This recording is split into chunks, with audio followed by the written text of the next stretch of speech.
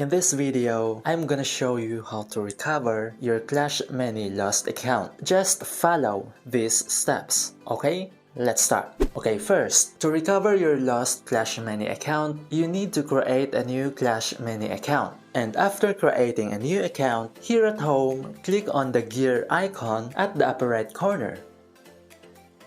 And then here, click on Help and Support. Go to Account, and click on Recover Your Account. Select I lost my account. And then here scroll down and click on Contact Us. Click on Message Us.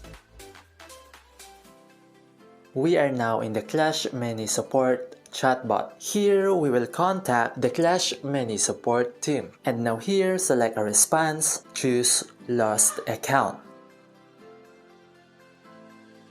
They will ask you a few questions about your lost Clash Many account. The first question is, what is my player ID? You can find your Clash Many player ID on the settings menu.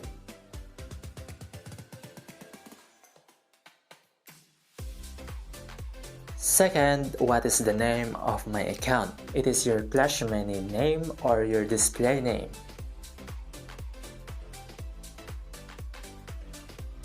Third, what is your XP level? It is level 6.